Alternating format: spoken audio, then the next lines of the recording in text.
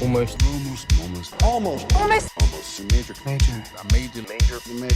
Major. Holy fucking shit, this is major!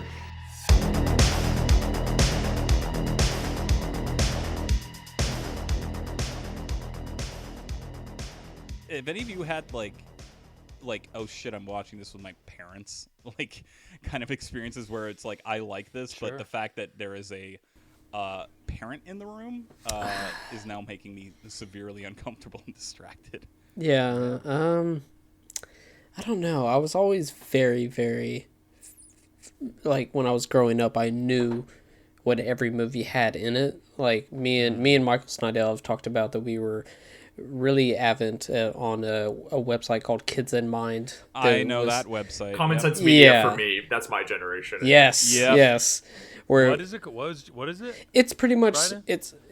wait, yeah, what'd you say, Brian? Common Sense Media. Yeah, Yes, right. Yes. But Kids in Mind was just, it was the glorified version of the part in IMDb, the Parent's Guide, where it just details every sex, language, and whatnot. Like, I would do that if my parents were watching a movie. It also rates them on a scale of 1 to 10, if I'm correct, right? Yes! Yeah, and if a movie had like a 10, I was like, oh, I'm reading what's in this shit. That's funny. Because there's, I mean, at this point, there was a lot of horror movies that I wanted to watch, but no, I couldn't watch because I'd be scared. Yeah. Or my parents or my dad was going to rent a movie, and I'd be like, well, is it going to be awkward if I watch that with them? Like, I remember, the only thing I can remember, which this is the only Alien movie I haven't actually seen. He rented Alien Resurrection, and my dad was just, like, really cool about it. He was like, you can just watch it, and if it gets too bad, you don't have to watch it. I'll tell you to stop watching it. So that's the only thing I can really think of as far as awkward parenting. Kind of underrated that one. Yeah, it's not that bad. I don't think that Kinda one's good. that bad at all. It's probably a lot better than Alien Covenant. But Bryden, do you have any experiences? With I think at my parents' cottage when I was like 14 or something. Yeah, I think it was 14. We had the VHS of American Pie, and my brothers, I think. Cool. Yeah, Cool. and like my brother, who's like now in his 30s, he probably had seen it before, but like we were like, oh yeah, like let's watch this, me and like my two brothers, and then like we thought like my parents were going to bed. My mom decided to stay up. I don't know why she decided, and then like the first scene is literally like Jason Biggs jacking off in his room with a sock or whatever, and my mom said like, oh my gosh, my mom like sometimes makes these awkward commentaries, and like I love my mom, but she says something like, I hope like I never have to see that or something like that, and like with like you guys, I said like knock first or whatever, and then like my brothers just like burst out laughing, like, oh my gosh, Bryden, and I was like, okay. That's funny. So my you reminded me talking about this. The one I can remember was my dad. I was really into baseball as a young kid, and for those listening, baseball was a sport. No, I'm just kidding. You were watching The Fan, and your dad was like, "Wow, this is." Well, it's close to The Fan though. So my dad, so he showed me Bull Durham, which obviously has a lot of sex in it. I don't think that was that awkward because it is a comedy, and like that is the best baseball movie ever made, and like I loved watching it because it's like about a lot of it is about the baseball stuff is really very good baseball stuff, like about how to hit and like all that, and so that's why he showed it to me, and I love that movie, and I still love it. And then but the one that's like real gnarly is he showed me Cobb. Oof. Which is also Ron Shelton, which is a lesser-known 90s movie about Ty Cobb, starring Tommy Lee Jones as Ty Cobb. And it's, like, really about Ty Cobb. It's like, here's a horrible person, early 1900s, probably the greatest hitter who ever lived, but, like, racist, like, anti-Semitic, like, all of these things. And, like, just screwed everything that moved, drank, smoked, all this stuff. And the movie has all of that stuff in it, and boy. it's like my dad kind of knew, but he like wanted to show me the movie because it was like about Ty Cobb and it was all that stuff, and so it was just kind of like I think he covered my eyes. Like I have a fond memory of like him. I think he was almost more embarrassed than I was, but it was a funny like because Tommy's really hamming it up in that one. If you get a chance to watch that movie, whoa boy, that is a performance. Tommy is like, I got my Oscar, baby. Let me just show you how we do it. Like, it's very, like, I do have memories of like watching stuff by myself that I'm not supposed to watch, and my dad just being like, open the door real quick, and I was like the entire time watching it just on the stop button, just hovering over it. So it was like as soon as he hit the door, just hitting it. Like I remember doing that during the movie Valentine and Hollow Man. So 2001 was a real hovering over the stop button. How is Valentine not an Artisan movie with David? That's Warner Brothers, man. They had the big studio. Yes. I've never. Denise Richards. Yeah, I was about to say Denise Richards is in that. I've never seen it. Never. It's not good. Is it a Shannon Elizabeth as well? Nah, no. Oh. It's Denise Richards. It's God damn it! Let me pull it up. I'm looking it up. And it's the same director as Urban Legend, Jamie Blanks. Urban Legend. Yeah. Right. Also a terrible movie. Jamie Blanks. Yeah, but Jamie Blanks is he's kind of right? It's him. Yeah. Oh, I believe Katherine so. Heigl's in this, and it has an 8. Katherine Heigl. And it has an 18 on Metacritic. Can I spoil the end of Valentine? I don't think anybody's gonna send us hate mail. Go ahead. It's David Boreanaz. Yeah, it's very obvious. But the way they do it is like they don't like Valentine dies with the mask, Right. and so he's dead. Uh-huh. And then they take the mask off, and it's Boreanaz. Yeah. So I always thought it was like a funny, like you don't even get evil Boreanaz. Like he's dead. Right?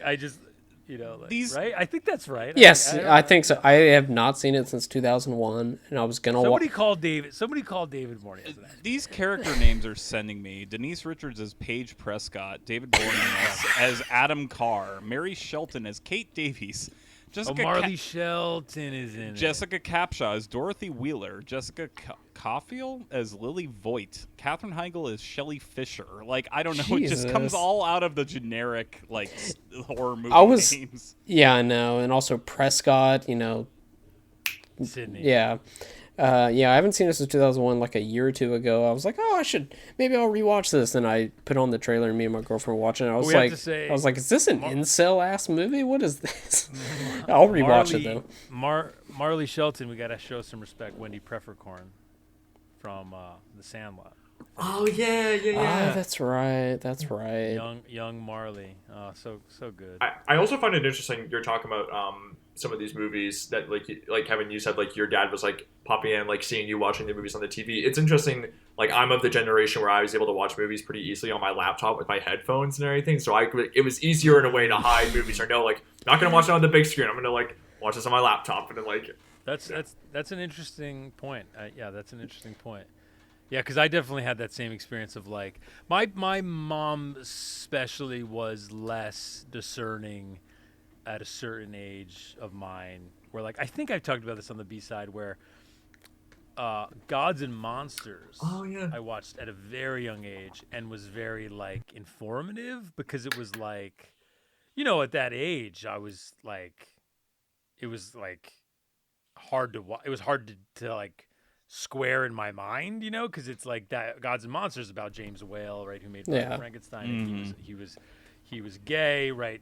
Back then, it was obviously even more of a thing that was complicated, and there was so much prejudice and all these things. And the movie's about that, right? Brendan Fraser is the gardener, and it's a good movie, Bill Condon movie. And it really was like at 10 years old, of like, what does all this mean? Just like very like, confronting it probably a couple years too young. And like, but I looked back so fondly in that movie for like those exact reasons, which, we talked about. Like, these things matter when you see movies, the context of your life.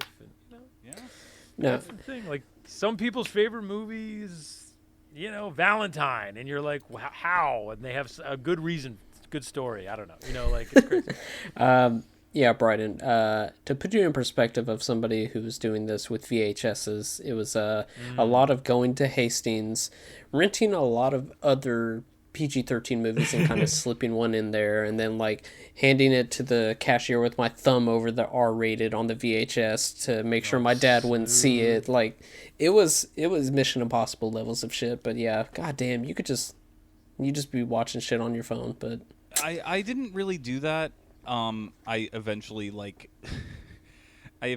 caused enough outrage as a teenager, but once I got Netflix, I remember my parents were like, the one movie we don't want you to see is Clockwork Orange. And then they give me a Netflix subscription through DVDs. And of course, what's the first thing I'm going to get but Clockwork Orange? And they come down halfway through and they're like, well, can't stop you now. And like, I don't know what we expected. yeah, I remember I got Mysterious Skin when I was 16 through Netflix, which is a great film. Right. But Amazing movie, but yes, that's amazing film. But that was one like Bryden. Like I had a laptop at that point and was like, I'm gonna watch this in my room. Like, Kids was another one of those. And I remember you went down the list. You went to like a top 20 most controversial movies, and were like, I'm putting all of these on the queue.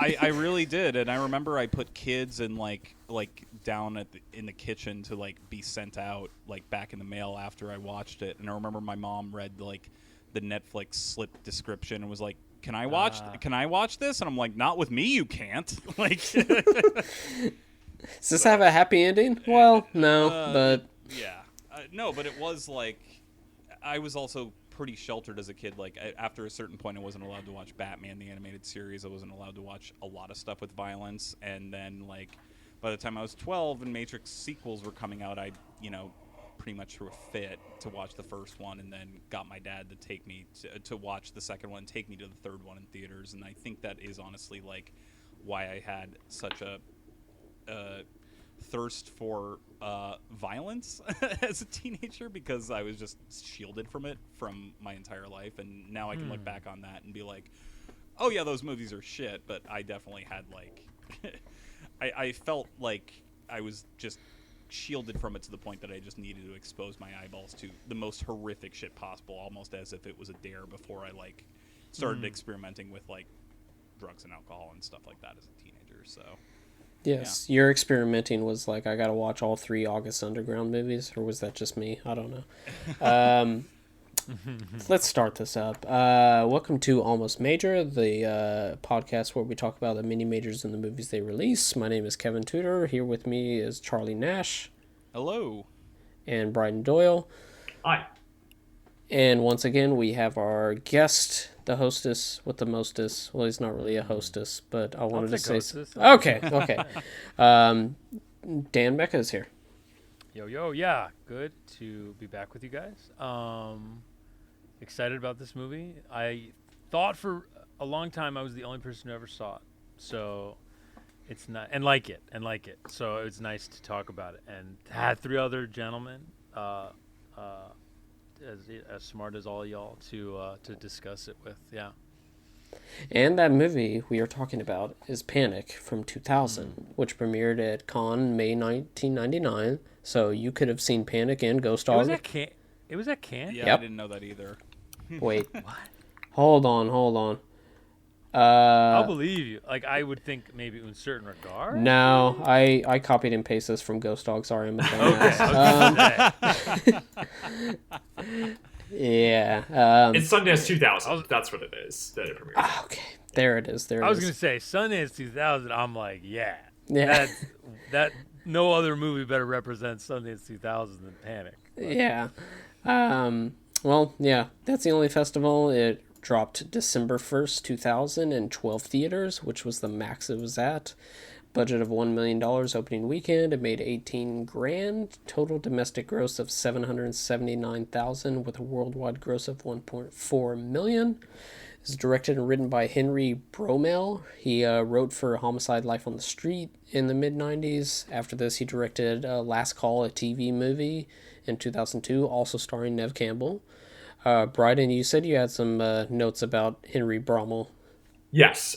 So I just before we were recording, I was looking up some interviews with him just to sort of get a sense of who Bromell was, because he only made those 2 movies before he passed away. Oh wow, yeah, he passed away in 2013. He was only 66, died of a heart attack. The last thing. Oh, that's. Yeah, the last thing that he produced actually was he wrote the spec script for a show called Falling Water. I believe is what it was called. It was a USA Network show, and it was it was called Falling Water, and like he got like credit for it, like when they like produced the show in like it got like produced in like 2016 or something like that. But like and it only lasted 2 seasons, but he was involved with that. He also did a mini series on like Showtime with What's my man from Anaconda? Eric Stoltz. Yes, it's called. Oh my gosh, what's it called? The poster is them in water. You know. Yeah. What's interesting, while you looked that up, is In Last Call, which I'm now going to watch. Same. By the way. Same.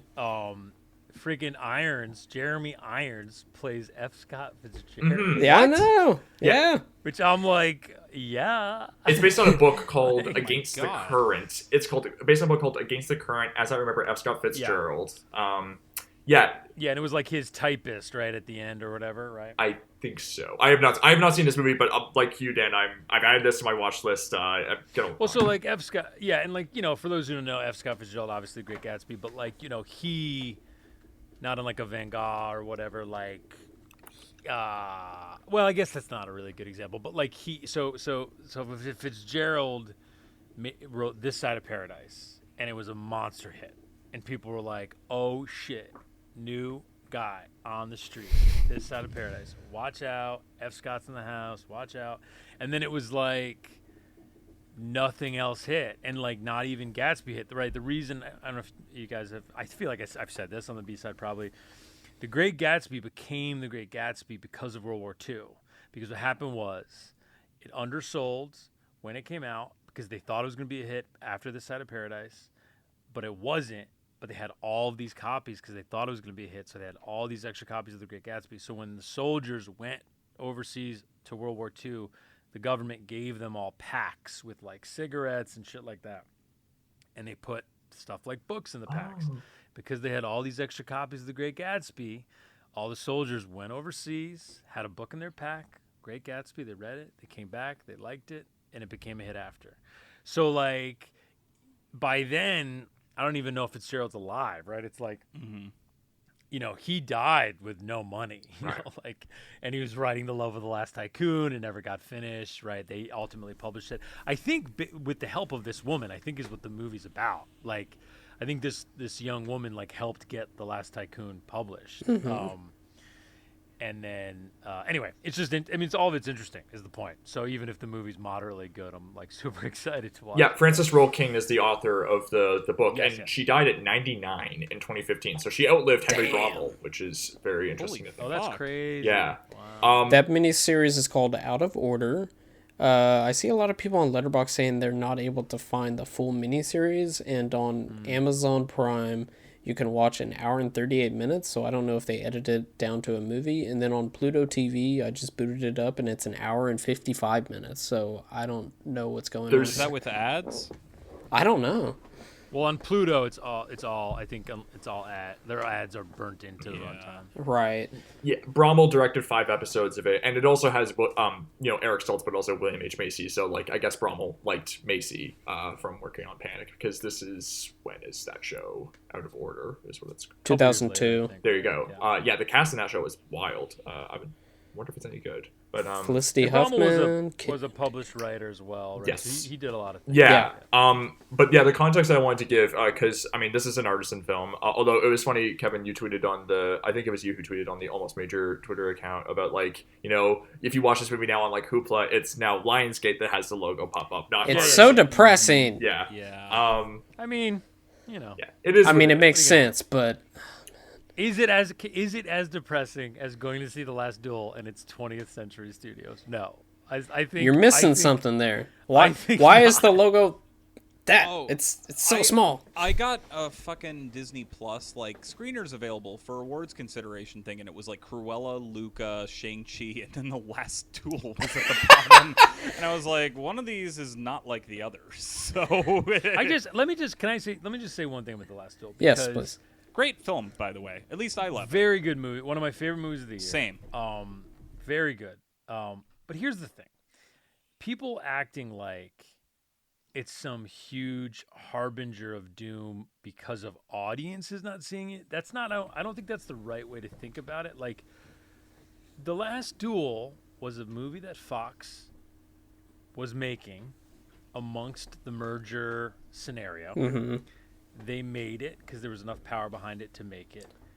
By the time it's coming out or being made, whatever, right, amongst the COVID, whatever, Fox takes all of 20th Century Fox, or sorry, Disney takes off 20th Century Fox. Right. So, like, you're not going to convince me that Disney saw The Last Duel and was like, yeah, let's put our power behind this movie. Like, they released it in theaters, fine. They released it wide, great. But, like, there wasn't a lot of heft behind the marketing. You can't tell me that. So, like, yeah. Very it comes very out- similar to The Empty Man. they They also- just dumped that. They kind of. Except The Empty Man- Another good movie. Yeah, The Empty it's Man good. has isn't the joke about Empty Man is like that movie Fox gave so little a shit about it that like they accidentally released it with the 20th Century Fox logo after the merger had happened or whatever. Really? Well, David, I didn't David, even consider David that. David Pryor has said, I believe, that like that cut of The Empty Man, he doesn't even consider the final cut because of the way it ended up. Wow. Like he would have. It's either he would have cut stuff or added. I don't know, but like. And we're never getting a If director's you've cut. seen it, I would think he should cut some stuff. But that movie is good. It is but good. It's a little long, but Yeah. there's some empty scenes in it. Oh, there it is. Yeah. But To go back to The Last Duel yeah. real Anyway, quick. Last Duel, yeah. Real quick about The Last Duel is I saw it opening night in my town's like theater, and it was one of the few. I think it was the only film that was not a franchise film. Like they had No Time to Die, they had Halloween Kills, and to be fair, they dumped it in the middle of October. It was like October 15th or something. Yeah. Bad. So, like, and then we got into the theater, and my roommate and I, there were like, I don't know, 5 to 6 people in that theater, and we were just kind of like, yeah, fuck. I mean- it sucks that, like, I mean, and I'm glad they only released it in theaters for that time because it is such a grand, like, I mean, it feels cliche to call it an epic, but it has that scope that a lot of movies won't have if you're watching it at home, unless you have like a 4K, TV. Which, in that case, by all means, fucking buy the 4K because it looks fucking amazing. But it is a bummer, and the subject matter is really tough. But I feel like, I mean, I don't know if any of you have been engaging with the discourse, but it's become so simplistic in a way that is not fair to that movie. And on top of that, like Nicole Holofcener apparently doesn't exist unless it's convenient. Oh, yeah. And Nicole Holofcener's only been, making and writing movies for the past 20 plus years. So fuck that shit. Oh, yeah. But Yeah, she's one of the best working filmmakers. I mean, Yeah. And like another thing I haven't really been following the discourse, but like one thing I have not heard talked about is it's pretty funny. it's really funny. I mean, Matt Damon and you Ben know- Affleck are buffoons. That whole movie. They're Yeah, and it's just this thing happens, I find, with a lot of bigger films, let's say, where there seems to be this uniformity to tone that can be suffocating, which is to say, like, yes, is The Last Duel a challenging movie about, dual narratives and, the culture of man and, rape and yes, of course. I mean, that's what the whole thing's about.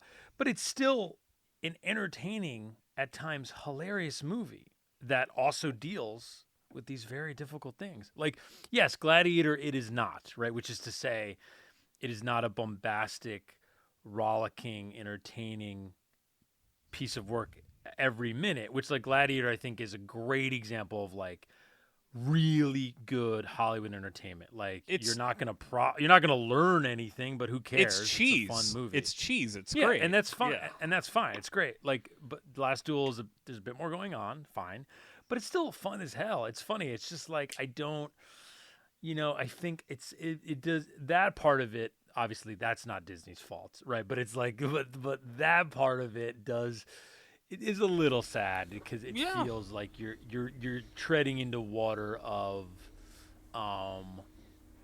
the art equals endorsement thing, which is so false. Right. If anything, I think the movie's great because it is blunt in terms of having a Rashomon, speaking of which we just talked about on the Ghost Dog episode. I think the more layers you peel back, the more you realize how blunt it is, and they're not being in any way subtle about what actually happened. Without spoiling anything, they are very direct about which perspective is the right one, which... Right, the truest one. Yeah, right? yeah, exactly. I don't want to say exactly what happens, but yeah, like once it comes to that point, it's not... If anything, I mean, I think that movie is about how men fucking suck. It's ultimately The thing that was interesting with this being an Artisan movie is the interview I found with Henry Brummel. He seems to kind of shit on Artisan actually and how they dealt with the movie. Oh. So the movie premieres at Sundance and Artisan buys it at Sundance. But in this, Do you have the number? I don't have the number. Not in this article I found. It's Okay, that's I bet, fine. That's I fine. bet whatever it was, you couldn't believe how much it was back then. Yeah. So this was an interview with Henry Brummel, published on Nitrate Online, and he said Brummel actually gives more praise to Stephen Hunter and Roger Ebert for how much they liked the movie. They said without them it wouldn't have gotten out. What happened was that the company that bought it at Sundance, Artisan, was unknown to me in the initial stages of filing for bankruptcy. The entire marketing department quit the day they bought the film. Stephen Hunter had seen the film at the Maryland Film Festival, liked it a lot, and asked when it was coming out so he could review it. Hearing it was in limbo, he got up the guns and wrote that article about the film being sold to cable. Roger Ebert read it and then scolded everyone on the show, on his show. I'd actually like to watch that old Roger Ebert episode and see if I can find it. But I actually looked it up on Siskel and Ebert. Well, there's not like an official, but there is a website where you can look up old archival episodes, and I tried to find it and it's just not there. But anyway, I'm sure we'll find it someday. But yeah, and then it says Brummel says Bill Banning, who owns Roxy Releasing, which is now distributing the film, having seen the film at Sundance then last summer, watched Ebert on television, called up Artisan, the original purchaser, and after a lot of bickering around, got the film. And then there's a guy, Joe Barber, I guess he was like the one conducting the interview, says, so Artisan, the Blair Witch people didn't see what they had here? And Brummel says, that was my reaction. What are they, idiots? And then it says, and then it's written in the article, it says, the audience laughs in agreement. And it's like, okay, who's like writing this? Like, is Brummel writing the audience reactions? Like saying, yes, they agree with me. But like, yeah, it's weird that they were going to go into bankruptcy when they bought it in, when's Sundance? February 99? 2000. Or so? yeah, January into February. 2000. Right, it would have been 2000. So Blair Witch had already came out and literally broken records for independent movies, and they're still going into bankruptcy? That's Brommel's account, but Brummel also says, truthfully, it was both that they didn't know what to do with it and that they were crumbling internally. It wasn't so much planned evil as it was benign neglect. And then we saw what they did with Blair Witch 2. The first one they had nothing to do with. So that's what Brummel says. Which he's not wrong about that. Yeah, I mean, yeah. He's not wrong about that. It's similar to the Passion of the Christ, right? Which that was I can't remember, Newmarket. Newmarket, and that was yeah. like Newmarket kind of tripped over that one, and it was the biggest thing in the world, right? Which, I think you can kind of parse who deserves the credit and all that. Right. That's interesting. That's an interesting. I've been trying to look to see if I can find the price. Summit acquired the international rights. I see that, and obviously Artisan and Summit were connected in some respects, but I can't find a number. But yeah, I mean, obviously this has come up on the B side, but back then we talked about this with Steve Zahn even when he came on our podcast. Happy Texas, which is like the year before this, Right. was like the biggest purchase in the history of Sundance, and that was kind of back when so like weird. There would just be bidding wars, Right. Like betwixt like big studio, like actual studios, right? Like Paramount would go to Sundance, like that's just stuff like that, like just a different type of deal.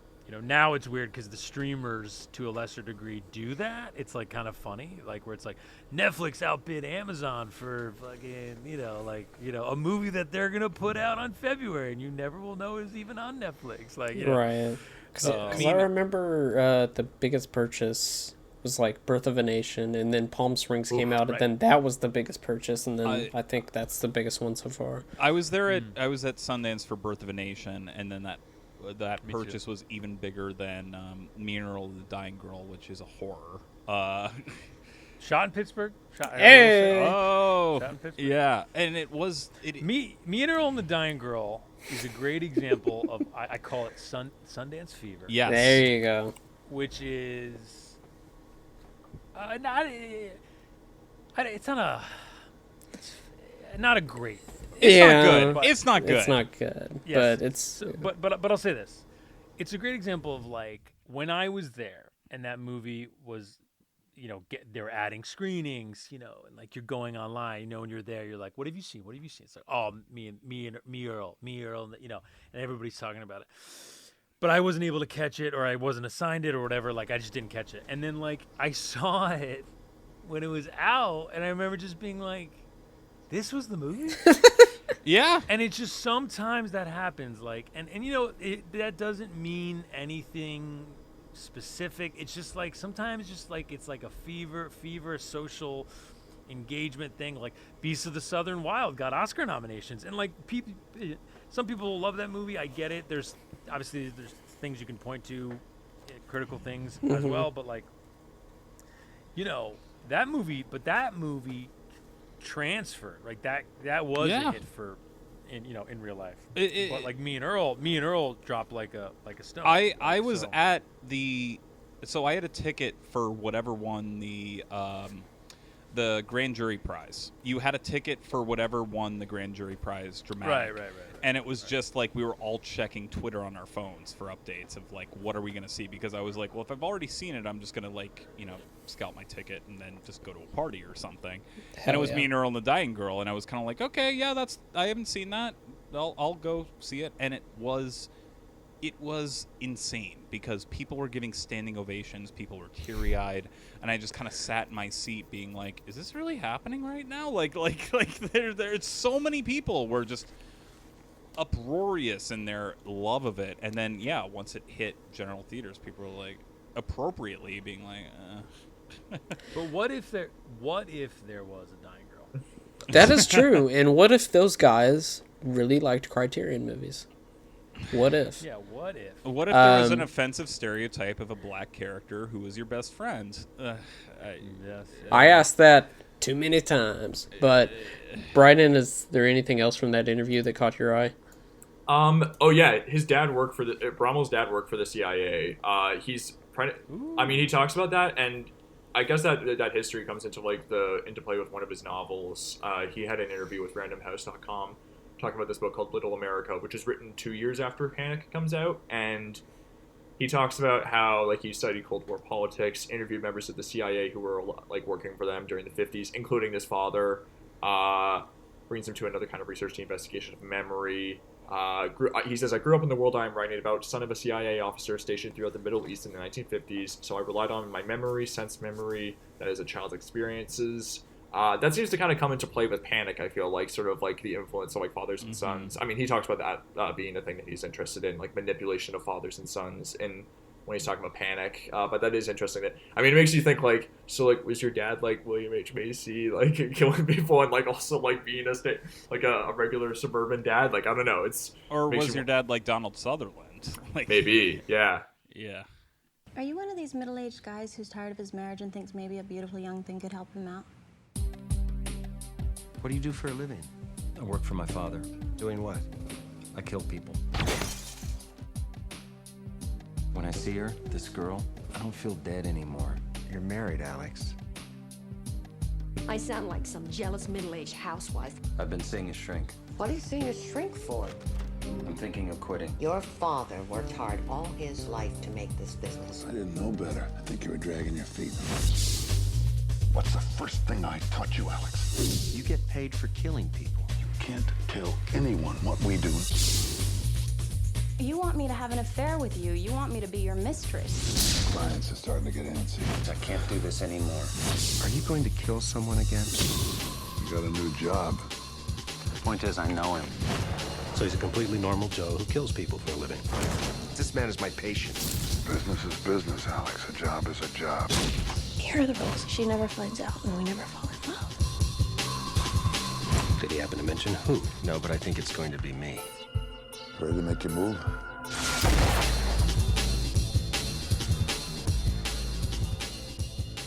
When you were saying 2 years after Panic, I was gonna say that's how we all should judge time, like BP and AP, but whatever. Real quick on the cast, we have William H. Macy as Alex. He was, before this, of course, nominated for an Oscar for Fargo in 1996. Neve Campbell as Sarah Cassidy. She was in a little-known movie called Scream. I don't know what that... Scream. Okay, haven't heard of it. John Ritter as Dr. Josh Parks.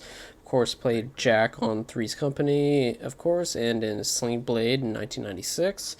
Donald Sutherland as Michael. You've heard of him, mostly known for his role in Virus from 1999. Tracy Ullman as Martha, of course, The Tracy Ullman Show. She's in Small Time Crooks the same year. A Dirty Shame. Right, yeah. Afterwards, a couple years out. Killer Films. Yeah. Hey.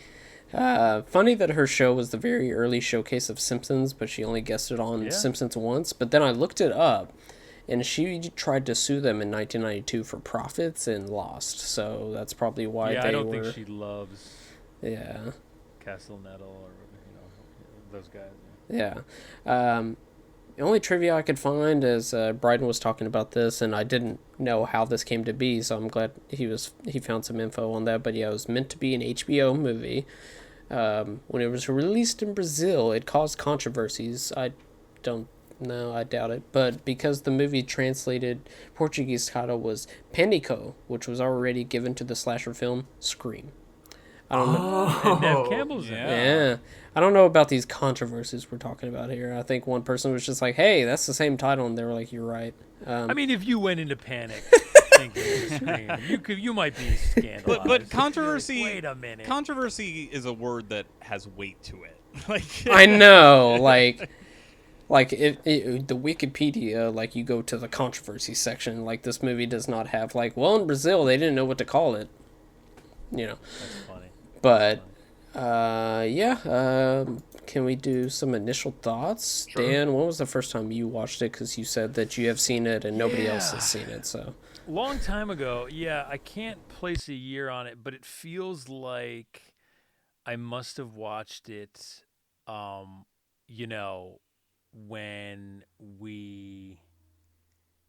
my parents got whatever the cable was, and there were like the Encore channels and like maybe the Sundance Channel. That feels like a Sundance Channel movie, maybe. Like, and I watched stuff like Julian Poe and like Panic, and there's like another William H. Macy movie from right around then. I can probably find it, but like The Cooler, I rented because I was excited for The Cooler, which is a very interesting movie. I haven't seen it, but that's the same time period, right? The only thing a couple years later, yeah. The only thing I know about The Cooler is its section, and this movie is not year rated. Same. That's all I know. With Maria Bello, deservedly and rightfully outraged. Yeah. Right. Oh yeah. So the other one is the other movie is Focus, which with William H. Macy, which is a World War II movie. It's all like another one-word title. Anyway. Yeah. And also freaking Welcome to Collinwood as well. Right. Underrated movie, directed by the two brothers who have scaled Russo brothers. Russo, of course, the yes. Brothers yes. Russo who have scaled the world of cinema. My dumbass thought you were talking about Welcome to Mooseport, so I'm just gonna stop talking. Welcome to Collinwood's good though, and I really love You, Me, and Dupree. So like they've made two movies I really do love, which is funny. But anyway, yeah. But anyway, a long time ago, and it was just one of those movies I watched on a whim, and it was just like the way the movie is, right? Like the way if you had seen it at Sundance, where it's just like it kind of catches you. You're like, oh, it's like a midlife crisis movie about a guy who's a hitman, but it's a small business. It's his father's business, right? He's his father's son, and it's really less about being a hitman than it is about being a father, right? Realizing your own father's faults, and as it compares, as it seeped into your own, and then your son's, and just like, probably the more rote stuff is like Neve Campbell is the young woman he's infatuated with, and that kind of not American Beauty-ish type of a thing. She is the except she's 23. She's 23. It's more legal. Right. 23. But I have to cut in here and say that she is the Panic Pixie Dream Girl. Thank you. Had to do it. And I love it. Please continue. I like Bryden silently clapping, which you can't hear. He's just yeah. I'll add in the applause afterwards. Nathan Rabin doesn't. I mean, he gets credit for starting that phrase, but we should always say that when we say that word, because that's him, man. Elizabethtown and Nathan Rabin. His Manic Pixie Dream Girl. Elizabethtown, which, as we know, masterpiece. Underrated. Suicide Bike. That's right. Continue. Great movie. But anyway, yeah, those are my thoughts. I mean, it's just a movie that sticks with you, lingers with you. It's 80 minutes. God bless. Like, it's like a perfect William H. Macy performance. Like, it's so perfectly his whole thing, which is like quiet suffering, right? Like, it's like, the whole scene where he's talking to John Ritter, who's the therapist and is also lovely in the movie, is like, and he's like, I don't think I've ever gotten angry. It's like the saddest thing I've ever heard in my life. Like, you're just like, and you look at him and you're just like, yeah, I can see that. Yeah, the whole thing is like man in a gray flannel suit, early John Updike, like, I suffer alone with my thoughts in my basement and I want to run away. It's like, but I kill people, but like, I don't like doing it. It's like, it's just good. It's like, these are the movies that like, it would be some 8-episode Hulu show that were like 4 of the episodes were good and 4 were like, oh, this is the one where he cheats on his wife and not much else happens, right? Like, and I just like how this is just concise and direct. And, the scenes with his son, when the son is like, I have like a 15-month-old little boy and like, he's not at that age yet, but like, they do things that are just like weird things. Like they're like figuring it out. So the kid is like, the kid's from The Ring, good actor, this kid. And he's a lawyer now. I was looking it up. He stopped acting. He's like, he's like a lawyer connected with the House of Representatives or something. And he just asked these questions that kids ask, like what's infinity and I was like, what do you want me to say? These. What do you want me to say? I don't have the answers. I'm just your dad. It was lovely. Yeah. Anyway, those are the thoughts. Yeah. Yeah, I think the kid who was also the kid in Texas Chainsaw Massacre remake.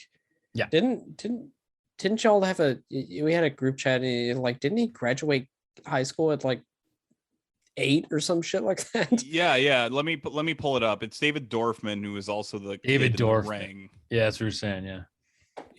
Sorry, he was for those. I had to you're leave fine. the room for a second for anyone listening to this. Sorry. No, he was admitted to UCLA at age 13. Yeah, he's like Little Man Tate. Dude. Dog.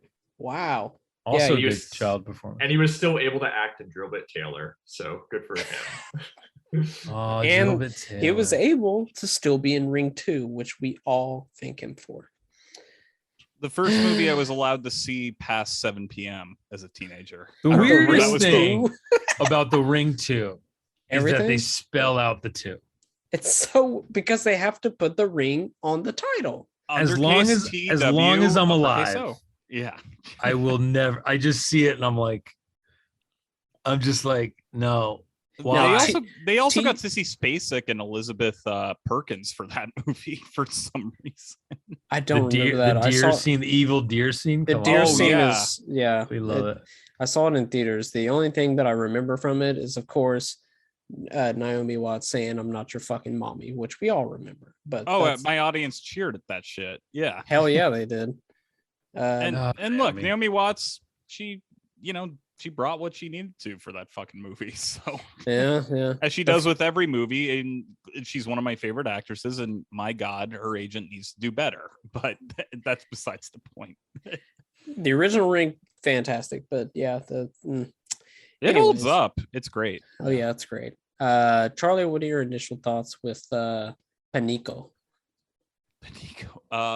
So I thought this movie. So I will admit, when it started, like we talked about earlier, like I kind of was like, oh my God, I miss kind of like small scale intimate dramas or black comedies like this. Like I was kind of like, I'm all in for this. Like I do have a soft spot as someone who was, born in the very early 90s. Yeah.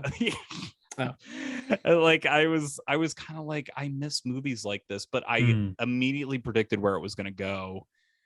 And I don't like, that's the most boring shit ever. I know that is the most boring shit ever. I knew where this was going to go. Like, it doesn't matter if you know where it's going to go. It only matters about the emotional impact upon the destination. Yeah, I mean, it matters if it affected, like if it didn't engage with you and you knew where it was going to go, then it matters. You know? Well, thank you for cutting me some slack there, because I don't want to come off as a smartass and being like, I knew exactly what this film's destination was. But as soon as a certain plot point hit, I was kind of like, I bet it's going to go this route. And it's not bad by any means. I think many scenes are good, especially I think Neve Campbell is the MVP of this film, which, as so good. Kevin rightfully coined, panic pixie dream girl. Like okay, sure, she does serve William H. Macy's arc, but her dialogue kind of. But her dialogue and the way she delivers it is so playful and so fun, and she knows exactly how to deliver every single line in a way that is kind of like I thought it's not that I didn't know where certain scenes with her and William H. Macy were going to go based on our demeanor in the first act, but it didn't matter because I personally miss Neve Campbell so much. I know that we get her every 8 years for a Scream sequel, but I don't understand why we're getting her next month, maybe. Why Hollywood doesn't know how to use Skyscraper, bro. What, you ever heard of Skyscraper, bro? I never saw Skyscraper. Isn't she the Rock's wife? Not the worst movie ever made. I mean, and she gets the stuff to do in it too. Yeah, she gets like an action scene. There's a skyscraper.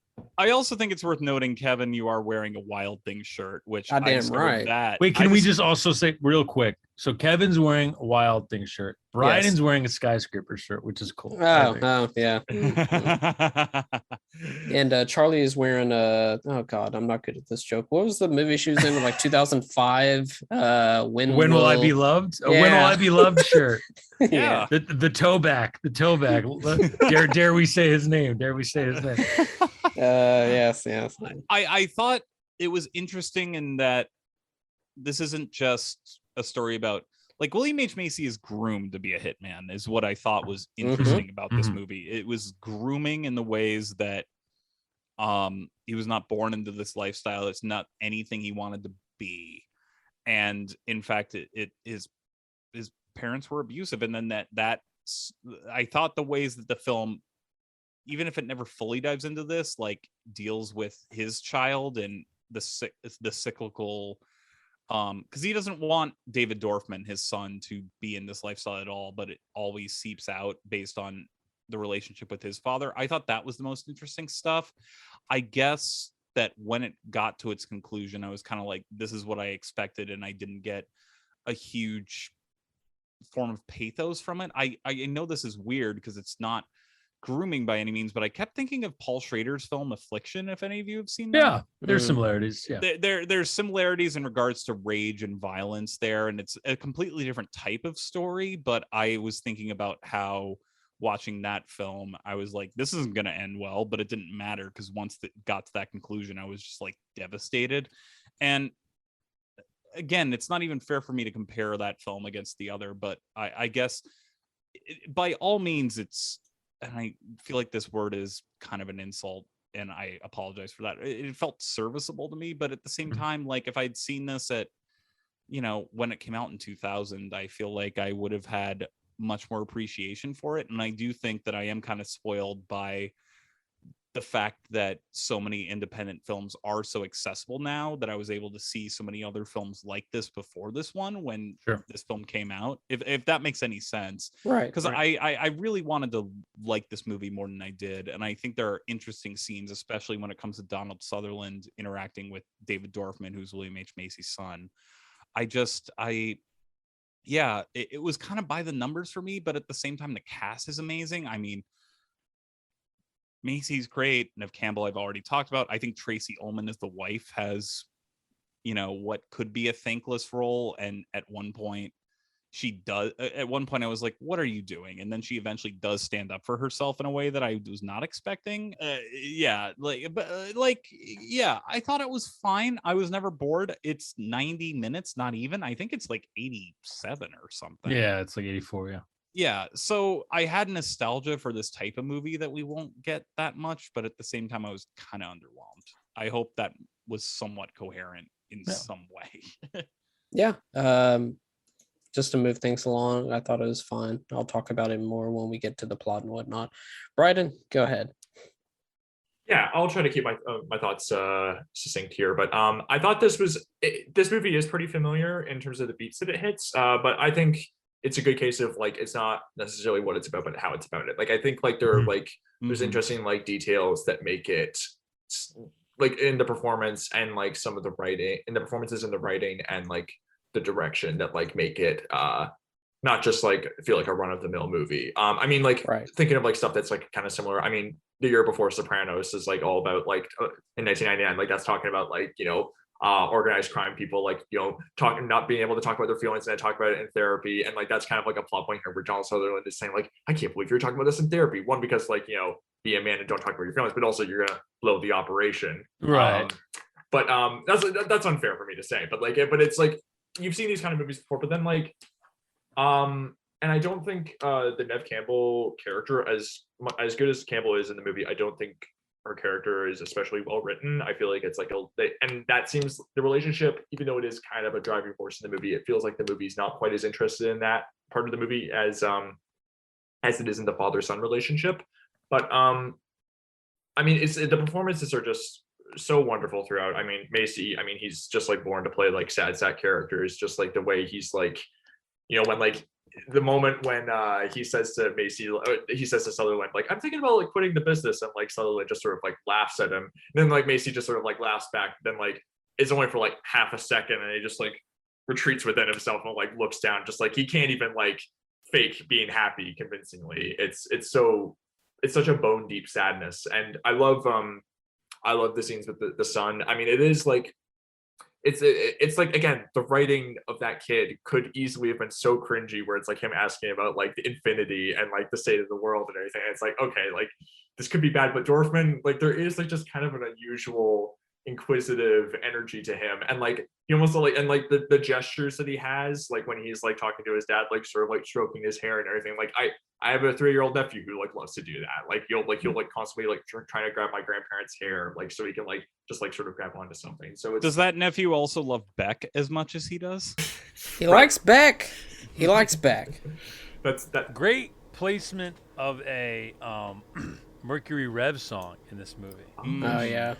I don't know how many Mercury Rev fans we have here in the Zoom, but I was like pleasantly surprised. Like, oh, what's up, Mercury Rev? What's up, the year 2000?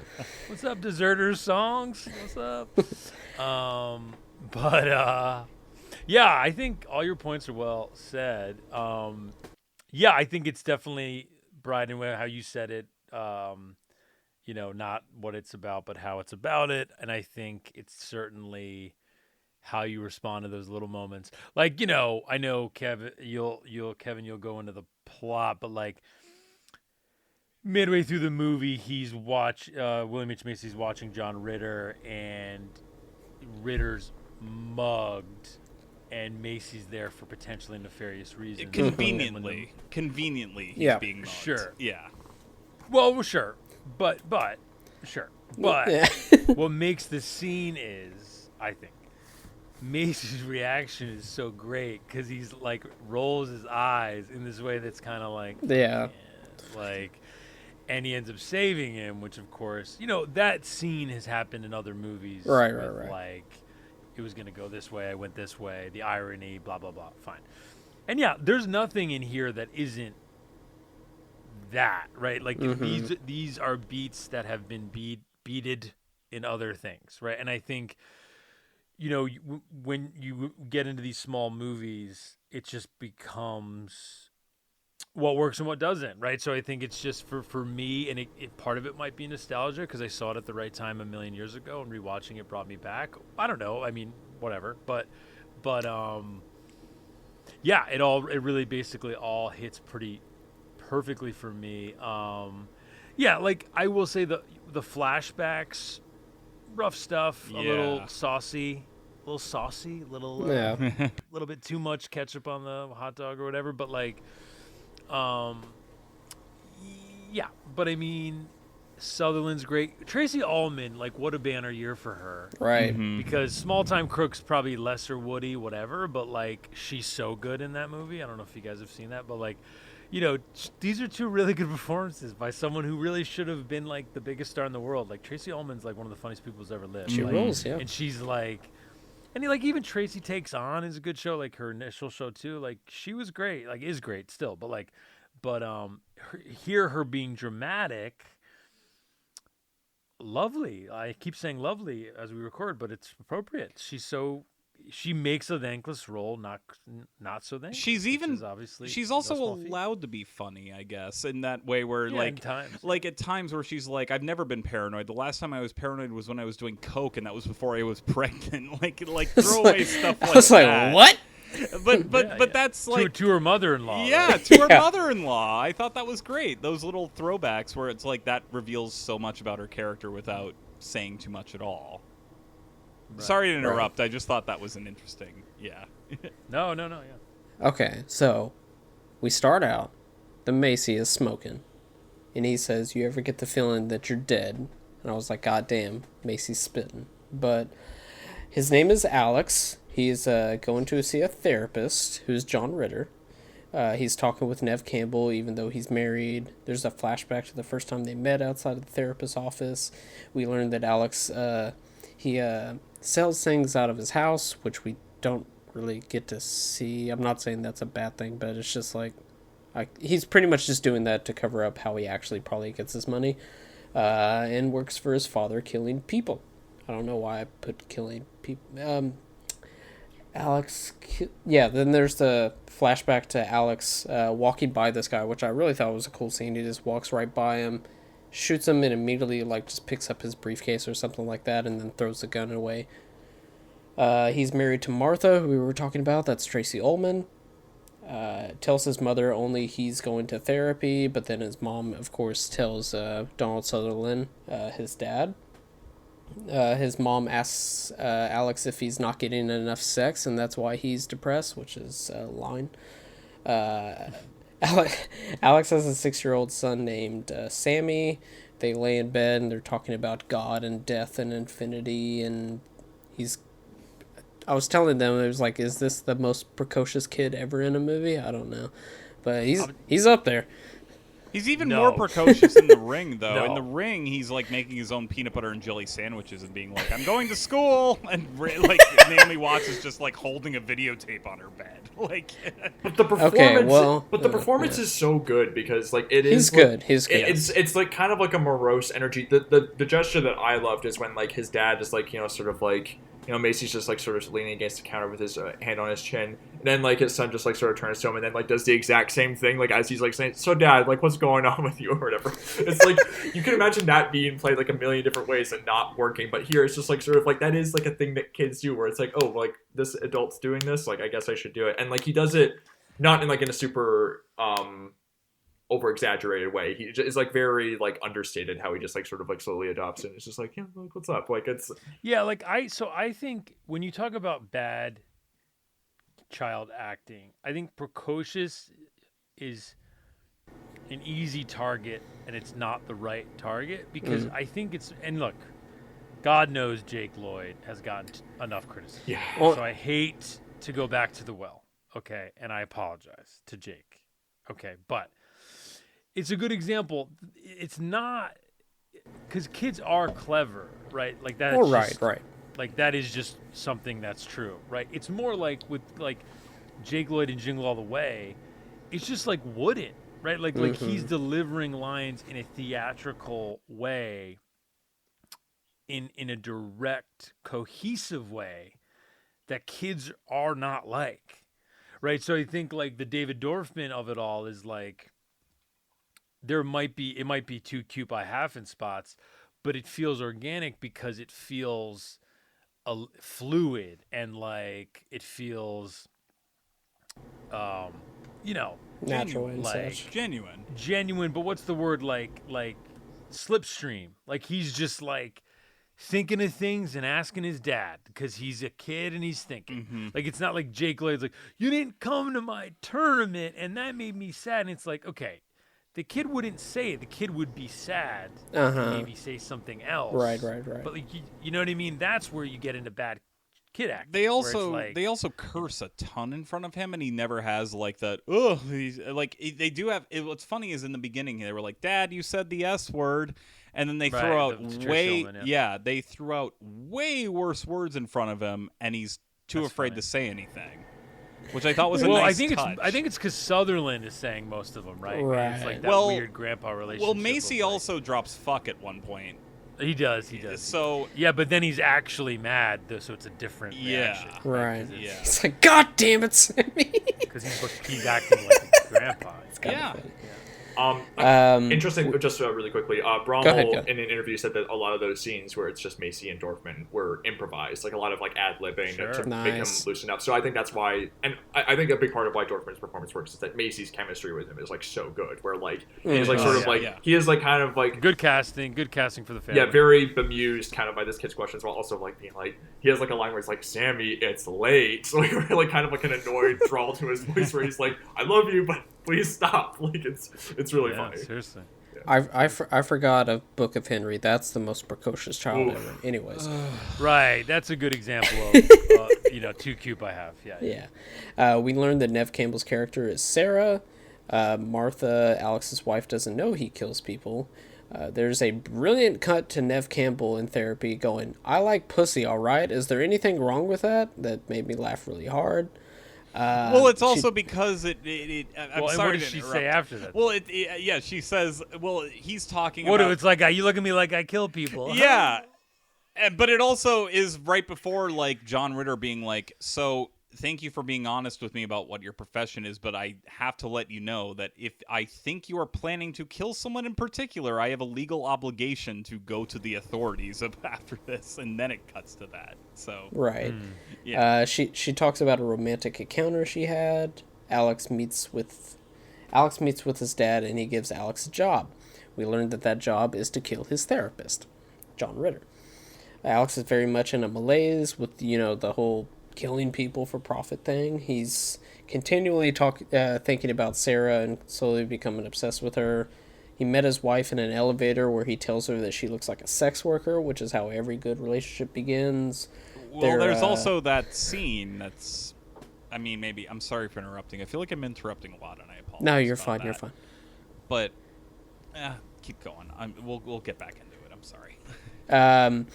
While they're shopping for a bike, we find out that their first date was going to see the Billy Crystal movie Running Scared. Not the Paul Walker Running Scared, but... Nice line where they never say the name. They never figure out what it was. That felt real. Right, you wouldn't know. Yeah, and just kind of. It's funny that like Ullman like uses that against him. It's like you don't know, like she seems to get upset like that he can't remember the name of the movie, and it's like, I mean, my parents like they're like the kind of people who like they're very smart people, but like I'll say like, hey, do you know this movie or whatever, and they're like, I don't remember what that movie is. I'm like, you saw it 3 days ago. How do you not remember the name of it? Oh, It's same like, here. Yeah, same here. Yeah, but like Ullman like says like you don't even know who I am anymore. It's like. I mean, yes, at that point he's fucked up badly with like his relationship, but it's like like it's not like that's nothing. You're harping on the wrong thing. Like it's Right. We learned that Sarah is a hairstylist and is talking to a client about Alex and about his beautiful sad eyes. Which, I mean, yeah, Macy's got some sad eyes. Yeah. They both have beautiful eyes. And she's happy about the idea of seeing him again in the waiting room. Sarah tells Alex the next time they meet that she saw Chekhov's play The Seagull about a young girl falling for an older man and having her heart broken. Are you one of those guys that is unsatisfied with his marriage and wants a pretty young thing? And then Alex says, are you a pretty young thing? And I was like, this is depressing from Macy. Because you can tell he's like trying, but doesn't... Not the actor, but the character is like really trying to like tap into something he hasn't tapped into for a while. And he's just very plain and still being very sad. Flashback to young Alex and his dad shooting him how to shoot squirrels, which is worse than shooting humans, in my opinion. But I'm just a big squirrel fan. I don't know. Sutherland is really good in that scene, by the way. Yes. Just sort of like the way that he says, good, look, Alex. Like, sort of like the gentle whisper he has where it is, like, very paternal, but also, like, so domineering. It's, like, very creepily effective. Sutherland's great in this whole movie. Right. Yeah, he's the king of that quiet terror. Yeah, which we get a different spin of that later on, where it's completely different interaction. But Alex wakes up in the middle of the night to get a beer, which I think we've all been there. At 3 in the morning, as Tracy Ullman points out. It's 3 in the morning. He's like, exactly. Alex talks with his dad and informs him he knows the target of the job. Alex asks out Sarah and she declines. This is probably the first time where he's like apologizing and she keeps saying to stop apologizing. Alex asks out Sarah and she declines. I literally just said that. Sarah and her girlfriend are going to a party. There's a guy at the party that Sarah kisses and dances with. Sarah brings him home and Alex is creeping outside of her house. That is a weird scene. It's so weird. That is a weird scene. Yeah. But anyway. Calls her from a payphone and hangs up when he gets her answering machine. Note, he didn't ask for her number or her address, but of course he's like connected. Alex tells his wife he's seeing a therapist. She tells Alex's mom that she thinks he's having an affair. Mom says she's paranoid, but she informs Alex's mom that she only gets paranoid when she does coke, which, yeah. Alex goes to buy a gun and then scopes out his therapist at the restaurant. Alex shows up to Sarah's house and she's confused on how he got her address, but still lets him in. He tells her he wants to be with her and she tells him to leave. Flashback to Alex teaching him about the job. This is Alex at like 20-ish, I believe. Yeah, and do you know who that actor who is that plays him? No, I don't. For me, I thought like, they actually got like a pretty good like sort of like ringer for like young Macy and everything. It's the guy though from Office Space, just like I'm gonna show her my O face or whatever. Fuck off! Really? Yeah, that is him. Wow. And the gun runner in that good scene is Nick Cassavetes. Oh, that's why he's holy shit. That's why he's sank to the credits. Okay, that makes sense. And that's a fun scene where he's talking about how the healthcare, like the HMOs changed or whatever, and he's like trying to. There's like, I mean, that's like you mentioned The Sopranos. I mean, yeah, that's like very like, you know, I'm a gun runner. Let me talk about my bad situation with my healthcare. You know, it's funny, it's cute. I get it. I mean, your mileage may vary with those scenes, totally. No, but what I like about this movie too is that like these are like kind of like eccentric hitman movies. I feel like are like kind of like a genre in itself. I mean, like Grosse Pointe Blank is another really good example of this kind of movie. Very Grosse Pointe But Blank, like, I love kind of like how normy everyone looks. Like William H. Macy is not the first actor I would think of to cast as like a professional hitman nowadays. No. I mean, if you were going to make this movie, would you cast a guy like William H. Macy or a character actor, or would you cast like an action star? I don't want to be cynical and say you'd cast like an action star in this kind of movie, like or that's, Chris Pine or something. Yeah, and like not to like, and you know that's an example of like, you know, what it probably would be like star casting. Not to like dunk on Chris Pine, who I think is a very good actor, but like I like he is. Yeah. I don't know. I like sort of like the plaid shirts and like, you know, everyone's like having these meetings and like kind of like dimly lit restaurants where they're having like, you know, ordering like chicken, you know, to like just like while they're talking business and everything, and you know, small town diners. I don't know. I just I kind of like the regular life details. I know that is like maybe a bit of a again Sopranos thing where it is like, oh, I gotta. One of my favorite things, and this is just like a production thing, is with small movies like this, there's like no extras, which I always think. Yeah.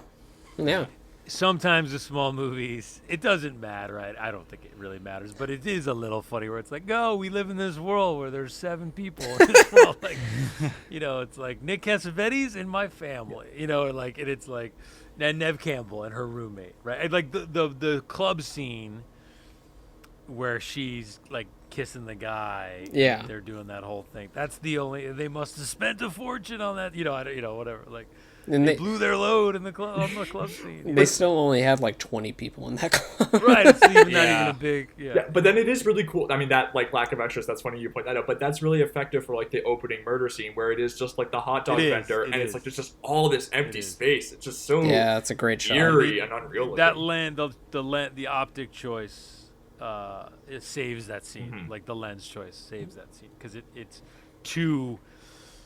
It's not normal.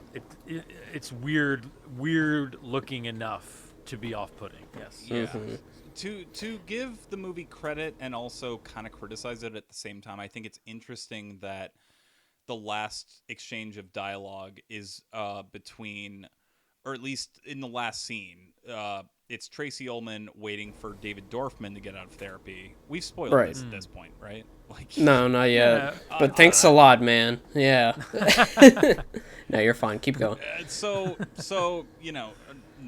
Well, have we? I don't want to get too far ahead of ourselves. It's fine. It's fine. Go ahead. Okay. So, yeah, William H. Macy, after he kills his father, which is the inevitable conclusion that I expected it to be, but like, again, it's about how, as Bryden and Dan have now pointed out, it's about how the movie goes about it. I just didn't feel a whole lot there, but I do think it's interesting that it has Tracy Ullman in the waiting room with Neve Campbell waiting for David Dorfman, his son, to get out.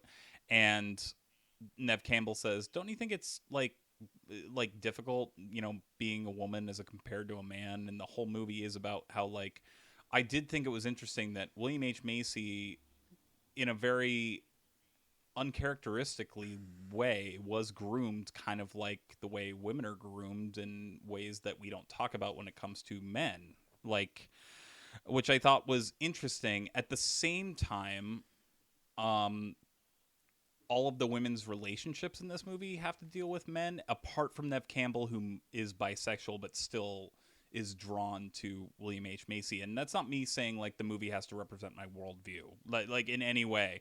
I just think that it's interesting because you deal with the Tracy Ullman character who, after finding out that William H. Macy has slept with Neve Campbell, is kind of like, oh, please touch me, like, hold me, kiss me. And then she's like, what the fuck am I doing? Get off of me. Like, yeah. Which I thought was a really great moment, because I was like, is this going to be the scene that I thought it was going to be? And then, like, no. And again, the movie was made in 2000. And I do think it's interesting that Neve Campbell's character, who is, like, William H. Macy's, like the object of lust, is not just attracted to William H. Macy. She's attracted to women too, and I think that's really interesting.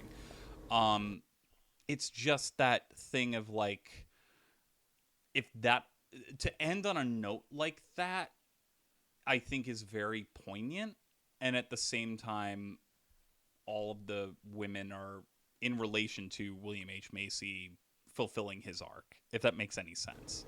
Sure. Yeah, like too little, too late. Yeah. Like I'm not saying it's bad, because I do think the movie's making really interesting commentaries on masculinity, and, like, I don't like the flashback scenes at all, but it's not like they don't serve a purpose. I find them to be very didactic and heavy-handed, and if you're didactic and heavy-handed in the right context, that's fine. It's just didn't work for me in terms of the structure of the story, but I do think that's an interesting point. I just wish it was handled in a more complex manner, but at the same time, again, like, I started this movie off like, oh, we don't get movies like this that were released in 2000 that were kind of small scale dramas, and then I'm expecting it to be more, which is also kind of unfair, but like fair in terms of, like, the time travel, like, test, but also unfair to be like, well, why aren't you talking about these issues in the way we're talking about them 20 years from now, if that makes any sense. Like, so I'm kind of at war with myself about this one. Yeah, that all makes sense, I think. I mean, look, criticism, it's in the eye of the beholder, so, like, fairness is low on the list. Yeah. And I think that's something not unlike what we were talking about earlier with The Last Duel. Yeah, it shouldn't be. The being fair thing is like, I don't know, life isn't fair. I don't know. Yeah. Like, you know what I mean? Like I get it in a bubble. I understand it, but, like, you're coming at it with your own context, and that's how you're receiving it. I mean, once art is made available, it is no longer the artist's art. I mean, it is in the creation, but in the reception, it's whatever I want it to be, So like, fairness is like, it is that thing, though, because there are plenty of movies I saw in 2000 that would have, like, I would easily, like, give a pat. Like, it's not even like I'm trying to be like, how dare you movie, because that's not what I'm trying to say at all. It's just, and I'm trying to hold my own feet to the fire here by being like, this movie was made in 2000. I'm watching it 20 years later, and I'm expecting certain things that, you know, I'm not even trying to go in like a whole PC route here. I'm just trying to say, like, I've seen movies that I felt delved into this better. It's that complicated thing where it's like, well, now, but that's not what the movie is. The movie was released during this time. This is the text. Engage with it, and I'm trying to engage with it without trying to be smug. Like, well, I watched this 20 years later, and therefore, blah, like bad. That's not what I'm trying to do at all. If that makes any sense. Right. No, totally. We talked about the scene where the therapist goes for a walk with his dog and gets robbed, and Alex intervenes. Back at the therapist's office, Alex talks about him being obsessed with Alex and not wanting to do his job anymore, but also not wanting to tell his father. Alex's mom and dad are really nasty to Sammy about his model airplane, but just Donald Sutherland in that scene just going from 0 to 1,000 is pretty great. But what's most important about that scene is Alex doesn't even react whatsoever. He's just completely detached from everything. Alex lies to his therapist and says that he told his dad he's quitting the business, and then he talks with his dad about wanting to quit at the bowling alley. His dad says if he wants to keep his family, he will kill his therapist and keep the job going. Alex stalks Sarah, says she has nice feet. She undresses. Probably should have paused a bit, but he says he can't sleep with her. He leaves. She punches her door and cuts herself. They, of course, do it. The therapist goes to the police about Alex. Martha finds out about Sarah, but he lies and says they didn't do anything. That scene that you were describing about whenever she finds out and she tries to get comfort from him, and then it's just like, yo, leave. What are you doing? Like, I can't believe I'm begging you. Sammy says Grandpa made him shoot a squirrel just like he did with Alex when he was young. So Alex goes to his father's house, kills his father. The police have been following him, so they show up. The cop shoots him, and he shoots the cop. He lies down, sighs, but smiles while his mom cries over his dad. And the last thing that Charlie was talking about just a little bit, but we'll talk about more, is Sammy is in therapy. Martha goes to therapy to wait for him, and Sarah shows up. Sarah finds out that this is Alex's wife and kid, but doesn't say anything. It ends with a flashback of Alex and Sammy in bed talking about infinity, with a voiceover of Sammy talking with the therapist, saying nothing really ends. And that's how Panic ends. Well, I fucked up this whole episode. Jesus Christ. No, you did not. Sorry. We're all over the place. I like that last scene, though, I will say. Like the two last scenes. Right. There, where there wasn't, the other therapist didn't come out and say Sarah's name. And right. Tracy Ullman has annoying, but you also get the feeling Tracy Ullman probably knows anyway, Mm-hmm. and there's just good acting happening there, and like, and yeah, like Neve Campbell, we talked about it before, but she's really one of these actresses who kind of is an example of the industry, and how they can really, spurn good young women, like so soon, right? Like she's in Party of Five. The Craft is a surprise hit. Wes Craven sees it. She's in Scream. It's like the biggest thing in the world. The sequels, right? And then she's in Wild Things. Wild Things amongst that, right, which is its own thing. But good. I mean, good movie. As Kevin is auditioning. And then stuff like Panic and these movies which were lesser seen but well reviewed, and then the When Will I Be Loved, The Company, the Altman movie, right? Like she's in stuff. Yeah. I need to see And then that. it's kind of like I think she backs away, but I also think it was like the industry, and she's kind of alluded to that, and it's like it's a shame because I don't know why. I don't know exactly why that happens to some actresses, and it's like there's so much in her face, like the camera really finds a lot, like, and it is kind of, yeah, there's so much pathos happening with her scenes, and it's like, it's just sad. It's like, and look, thank goodness for the Scream sequels, and obviously she's kind of back, and that's love, that's great. But like, yeah, it's something that just rewatching it, it made me a little sad. It made me sad watching it. Yeah. Well, she also, maybe there's the Weinstein of it all. Maybe. I guess, yeah. Is that a thing? I don't know enough about it. Well, I'm not. Yeah, she hasn't said anything that I know of, but what studio was Scream again? Was that Dimension? Miramax? Oh, Dimension. Yeah, Bob Weinstein. Yeah. Dimension. Yeah. So I mean, yeah, could that's be a great. possibility. I didn't even think about that. Right. I didn't even think about that. Yeah, like, the Mira Sorvino stuff. Right. That's very. There's a million stories, right, about she was with Quentin and the Mimic stuff, and that's all very documented. So I don't. Maybe that exists. I don't know it with Campbell. So I don't want to speak to it. But yeah, I mean, it's just. I mean, because Mira Sorvino, for example, similar type of thing, like a really good young actress who kind of got burnt out by these horrible men, and it's like, Romeo and Michelle, Mighty Aphrodite. Great performance, Absolutely.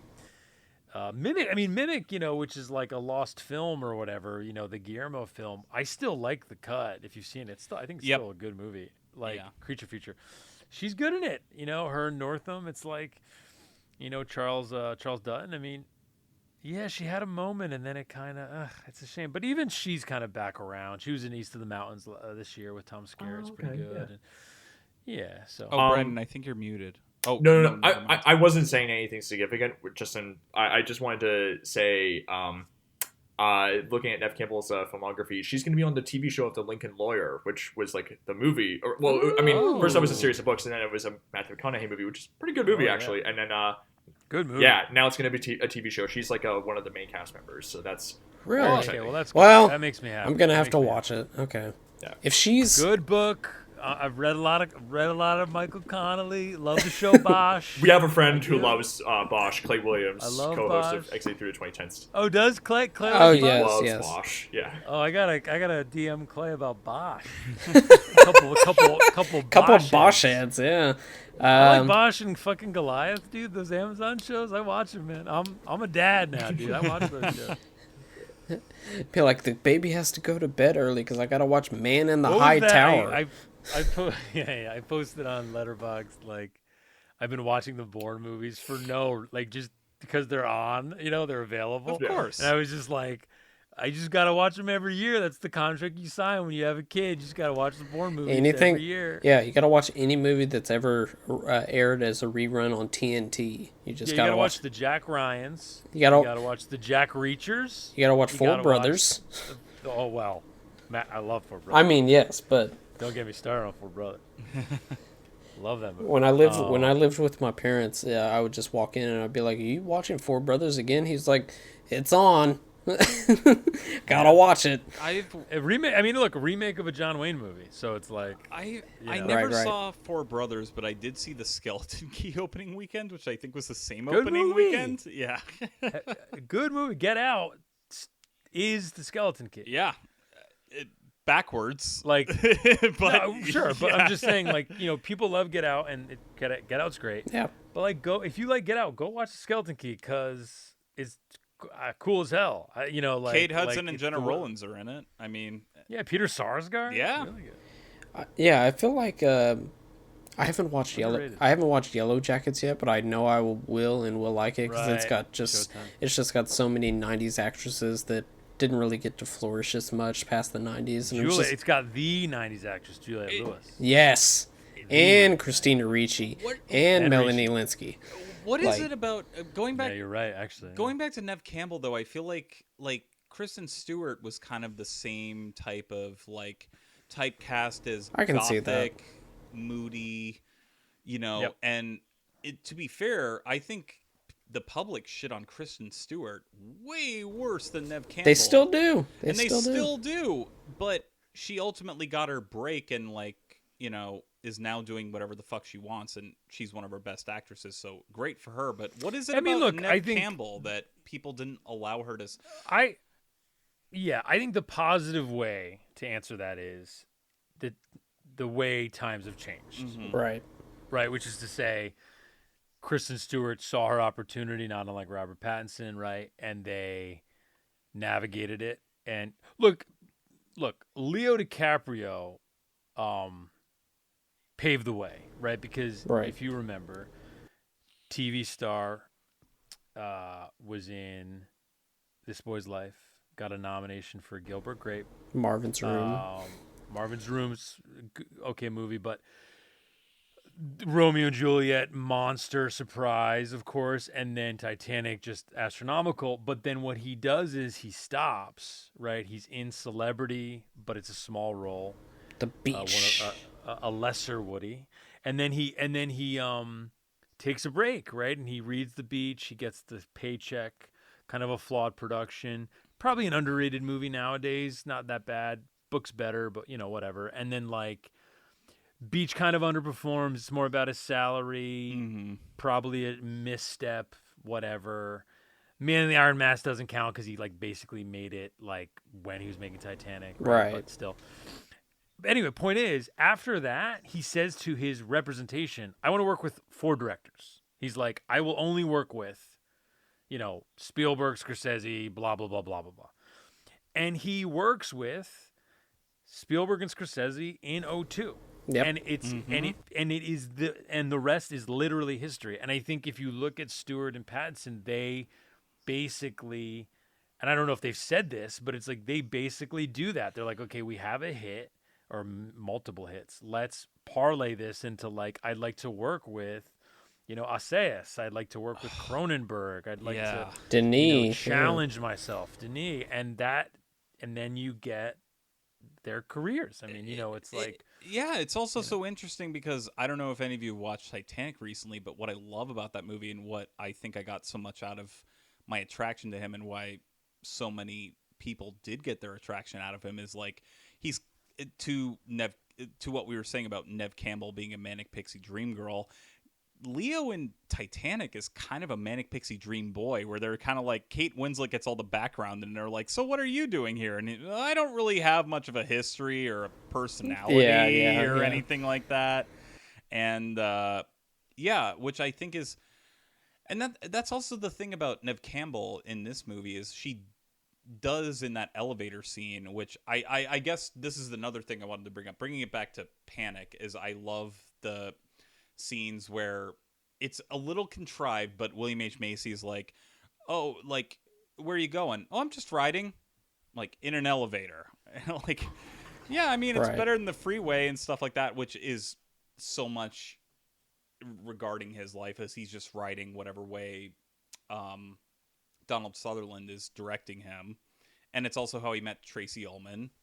And the most crucial scene where you find out about Neve Campbell's past is in that elevator where she's kind of like, "Yeah, so my sister's anorexic and her husband's fucking the babysitter, and then my dad asked me the meaning of life." And what kind of question is that to ask a 23-year-old? Which I all thought was interesting that and I mean that in the movie's favor, is that the most crucial times people reveal things about themselves are in an elevator where they're just passing, quote unquote. Right. Which Neve Campbell's riding the 23-year-old wave of, I don't know what my life is, but this is representative of where I'm most safe because this is, allegorical to just the way my life is going. And William H. Macy kind of finds himself with, even off screen, the Tracy Ullman character, as we found out, the Neve Campbell character, and then that one woman who he says looks like a hooker at one point. Yeah. And but that is an interesting, it's a little contrived, but I did think that was kind of interesting how that was just playful in the way that it's establishing why these characters are attracted to each other despite their age differences, that William H. Macy is just kind of riding the wave that his father paved for him. And then Neve Campbell's not doing anything her family wants her to do, but is kind of revealing intimate secrets just in passing moments. So I to come around on the movie's favor, I think that's an interesting little plot device that it has, if that makes any sense. Closing thoughts, Bryden. What do you think about Panic, man? yeah, again, I mean, I'm just looking at like some of my notes. I feel like there was like we went through kind of like the broad plot of the movie, but I feel like the moments that stick out to me are like the little moments in between. I love the scene after Macy saves Ritter in the park. There's like the scene, like, I mean, it's like a wide shot of them like having a conversation, but then it cuts to like Ritter like close up and like interrupt a conversation. It's like, wait, let's go back to the park. Why were you there? And like sort of that's a good one. Yeah. And Macy's just like, his lie is like so bald faced. And the scene where like Macy says like, oh well, I've like quit the job and everything. It says like, all right, so like there's not gonna be any future. What about the future jobs? Macy says, I can't tell you that. It says like, but you said you quit the business, so there can't be any job to discuss. That's right. And then like it's just kind of like this whole conversation of like the lie like collapses in on itself. But like right. Yeah, I don't know. There's just like, it's like the little details in the movie of like, you know, sort of like the environments that these characters are meeting in and doing their business in, and like the histories that they have. I mean, it's interesting like thinking about, this is not that similar to Ghost Dog, even though they are both about hitmen, but I did sort of like the detail of Sutherland himself is like kind of like an inadequate guy himself, like projecting all of his hopes or his insecurities onto his son and everything. Like he talks when they're walking through the park, they're talking about business, and Sutherland like just sort of points like off screen. He's like, oh, I used to like dance over there. I was really hot stuff and everything. And he just like is sort of like, it's like this guy, like you do get like a sort of sense of history, both in the writing, but also Sutherland's performance of like this guy's just like, I mean, his life has not turned out the way maybe he wanted it to, and Macy hasn't either. And it's that's sort of like their shared thing. And I don't know, I just sort of liked it, and also the loyalty, the sort of, and you get that in Ghost Dog too, with like, you know, the people like sort of mourning the past of like their youth, and also the loyalty is stressed too. It's like, well, you can't quit on this business because like your father built this himself and everything, like sort of like a pull yourself up by your bootstraps sort of thing. And it's just kind of funny, like the idea of like sort of false loyalty or like unearned loyalty in both movies. I'll stop rambling, but yeah. Dan, close us out with closing thoughts. Yeah, I mean, I obviously like this movie a lot. I think Brian, you said it well. The small moments are, if you are to like this film, those would be the reasons why, of course. And the, you know, the small engagements with Macy and Dorfman, the bigger moments, but that are also asides to some degree with Sutherland and Dorfman, and then all of the Tracy Ullman, John Ritter, and Neve Campbell moments are all, I mean, these are just good acting, you know what I mean? And I think, like we said, Brommel was a novelist, and like, it doesn't surprise me that a novelist who also made a few movies would revel in the details. So I think that's where the movie stands out for me, for sure. Yeah. And I think, yeah, it was a pleasure to rewatch, and I am really happy, you know, that it's available. These movies kind of get lost sometimes, and at least you can find it and watch it and kind of, you know, see for yourself. And it's short, you know, like we said, and you know, it's nice to have a Macy leading role and a Tracy Ullman, you know, dramatic performance. So yeah, I mean, for me, it's a high recommend. So, I mean, yeah, if Denzel Washington has taught us anything this year, it's the little things. That's right. Amen, dude. And the Jordan journals, the journal for Jordan, right? Coming out, guys. Christmas coming out. He directed it.